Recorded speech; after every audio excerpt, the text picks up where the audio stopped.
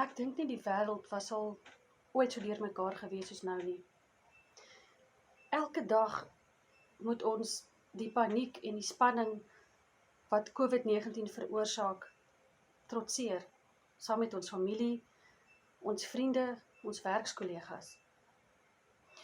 Jy moet toesien hoe hulle simptome begin toon, hoe hulle siek raak, gehospitaliseer word en self sterf. Dit is mense wat ons ken, wat ons liefhet. So 'n paar maande terug het my wederhelf positief getoets en met die Here se genade het hy heeltemal herstel. Maar sy broer was nie so gelukkig nie. 'n Pa, eggenoot en 'n broer is vir altyd van ons af weggevat. Ek self het 'n paar weke gelede sonder enige COVID-simptome net een oggend flou geraak by die huis. Ongelukkig vir my het ek gesig eers uit die vloer getref. Dit was 'n ervaring, as ek nou daaraan dink, wil ek dit net nooit weer oor hê nie. My hele lyf was lam. My arms, my hande, my voete, my bene, selfs my mond. Ek kon nie praat nie. Ek kon nie asem kry nie. Ek kan glad nie onthou wat gebeur het nie. En dit het my laat besef dat hierdie virus is niemand se speelmaat nie. Behalwe vir 'n blou oog en 'n stikkende neus, het ek nogal lig daarvan afgekom. So, wat maak 'n mens as jy positief toets? Jy bid. Wat maak 'n mens as jou hoofpynpille of jou medikasie net glad nie meer werk nie? Jy bid. As jou hele liggaam pyn, elke spier, as elke asemteug jou longe laat brand en jy voel jy kan nie meer aangaan nie, dit is dan wanneer jy met die Here moet begin praat en jy moet bid. Ek het myself die vraag gevra, hoekom het die Here my lewe gespaar? Hoekom is ek deel van die COVID-19 herstelstatistieke, maar nie van die sterftesyfer nie? Die antwoord is eenvoudig.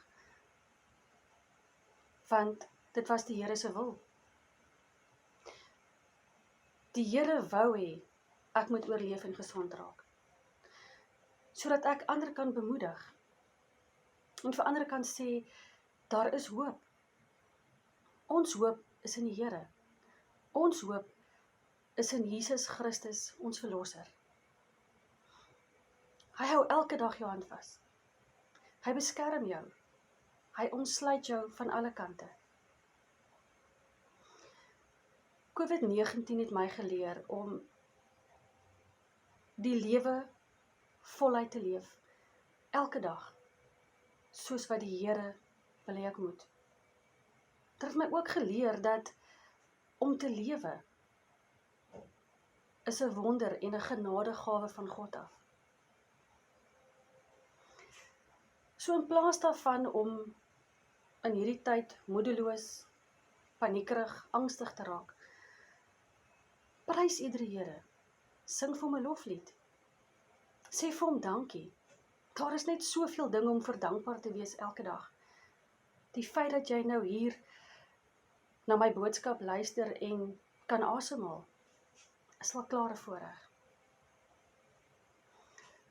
So, moenie moedeloos word nie, moenie hoop verloor nie, want ons God se genade en liefde is genoeg vir ons almal. Psalm 121 sê, ek kyk op na die berge, waarvandaan sal daar vir my hulp kom?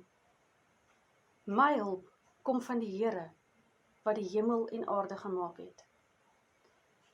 Job 8 vers 21 sê, hy sal jou weer vreugde gee, jou van blydskap laat jubel.